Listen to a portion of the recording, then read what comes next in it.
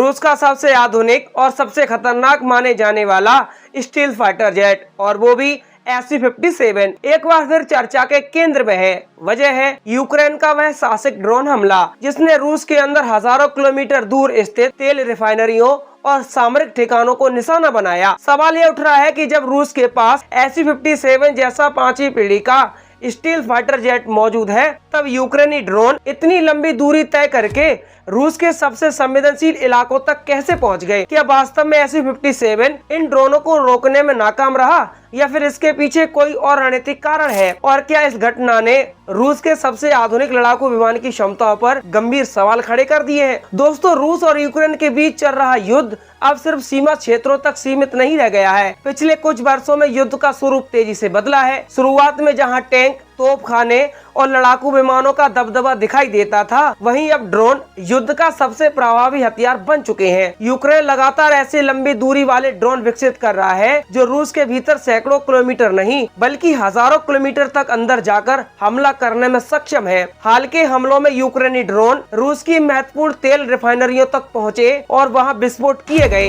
कई रिपोर्टों में बताया गया कि रूस की ऊर्जा ढांचे को निशाना बनाकर यूक्रेन आर्थिक दबाव बढ़ाने की कोशिश कर रहा है। दिलचस्प बात यह है कि जिन इलाकों पर हमला हुआ वे युद्ध क्षेत्र से काफी दूर स्थित हैं। कुछ हमले ऐसे क्षेत्र में हुए जो यूक्रेनी नियंत्रण वाले इलाकों से लगभग 2700 से लेकर 3000 किलोमीटर तक दूर बताए गए हैं। इससे स्पष्ट होता है कि यूक्रेन अब केवल सीमा पर जवाबी कार्रवाई नहीं कर रहा है, बल्कि रूस की गहराइयों में स्थित महत्वपूर्ण आर्थिक और सैन्य परिसंपत्तियों को भी निशाना बना रहा है। अब बात करते हैं SU-57 के। रूस का यह विमान अमेरिकी F-22 रैप्टर और F-35 के जवाब में विकसित किया गया था। इसे स्टील तकनीक, लंबी दूरी के रडार, आधुनिक सेंसर और अत्याधुनिक एयर टू एयर मिसाइलों से लैस किया गया है। रूस का दावा है कि यह विमान दुश्मन के विमानों को बहुत लंबी दूरी से पहचान सकता है और उन्हें निशाना भी बना सकता है। यही कारण है कि इसे रूसी वायुसेना की सबसे बड़ी तकनीकी उपलब्धियों में से एक गिना जाता है। लेकिन सवाल ये है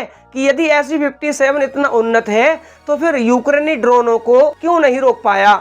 इस प्रश्न का उत्तर सीधा नहीं है जितना पहली नजर में लगता है। सबसे पहले यह समझना होगा कि SU-57 का मूल उद्देश्य दुश्मन के लड़ाकू विमानों और वायु रक्षा प्रणालियों के खिलाफ अभियान चलाना है। इसे छोटे, कम ऊंचाई पर उड़ने वाले और अपेक्षाकृत सस्ते ड्रोनों का शिकार करने के लिए विशेष रूप से डिजाइन नहीं किया गया था। आधुनिक युद्ध में एक सबसे बड़ी समस्या ये है कि कुछ हजार डॉलर का ड्रोन लाखों अरबों डॉलर की सामरिक संपत्ति को नुकसान पहुंचा सकता है। यूक्रेन ने जिस प्रकार के ड्रोनों का उपयोग किया है वे अक्सर बहुत कम ऊंचाई पर उड़ते हैं। वे जमीन की सतह के करीब रहते हैं, जिससे रडार के लिए उन्हें पहचानना मुश्किल हो जाता है। कई बार ये ड्रोन पेड़ों, इमारतों, प्राकृतिक भूभाग की आड़ लेते हैं और आगे बढ़ते हैं। ऐसे में अत्याधुनिक लड़ाकू विमान होने के बावजूद हर ड्रोन को समय रहते पकड़ पाना आसान नहीं होता। दूसरा महत्वपूर्ण पहलू लागत का है। मान लीजिए कि एक छोटा ड्रोन कुछ लाख रुपए या कुछ हजार डॉलर का है और उसे गिराने के लिए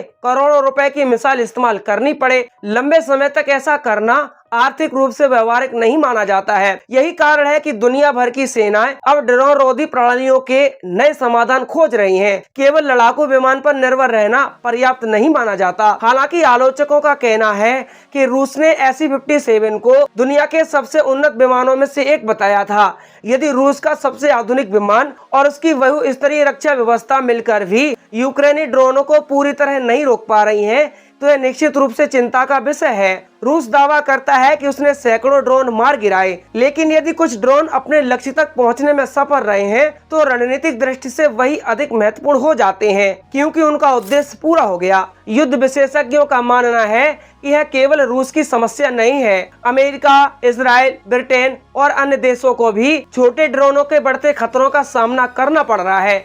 आज का युद्ध केवल अत्याधुनिक लड़ाकू विमान का मुकाबला नहीं है, बल्कि सस्ते और बड़ी संख्या में इस्तेमाल किए जाने वाले ड्रोन भी युद्ध का परिणाम प्रभावित कर सकते हैं। SU-57 को लेकर एक और दिलचस्प तथ्य ये है कि इसकी संख्या अभी भी सीमित है। उपलब्ध जानकारी के अनुसार रूस के पास लगभग SU-57 की संख्या बहुत अधिक नहीं है। ऐसे में इन विमानों को हर क्षेत्र में लगातार गश्त पर रखना संभव भी नहीं है। रूस आमतौर पर इन्हें विशेष अभियानों और महत्वपूर्ण मिशनों के लिए उपयोग करता है। इसीलिए है मान लेना कि हर यूक्रेनी ड्रोन हमले के दौरान SU-57 हवा में मौजूद था, ये जरूरी नहीं है। लेकिन इसके बावजूद यह घटना रूस के लिए एक चेतावनी है। यूक्रेन ने पहले भी रूसी सैन्य ठिकानों और यहाँ तक कि उन एयरबेसों को निशाना बनाया है जहाँ आधुनिक विमान तैनात थे। साल 2024 में भी ऐसी रिपोर्टें सामने आई थी जिनमें दावा किया गया था कि यूक्रेनी ड्रोन हमलों में SU-57 को नुकसान पहुंचा। उस समय भी रूस की सुरक्षा व्यवस्था पर सवाल उठे थे। आज की स्थिति यह है कि यूक्रेन की ड्रोन क्षमता लगातार बढ़ रही है।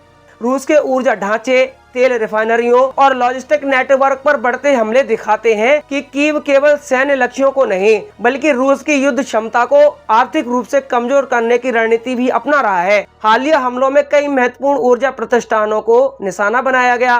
रूस ने दावा किया कि अधिकांश ड्रोन मार गिराए गए, लेकिन कुछ हमले सफल भी रहे। यहाँ सबसे बड़ा सवाल ये नहीं है कि SU-57 फेल हुआ है या सफल रहा है। असली सवाल ये है कि क्या पारंपरिक वायु शक्ति ड्रोन युग की चुनौतियों का सामना करने के लिए पर्याप्त है।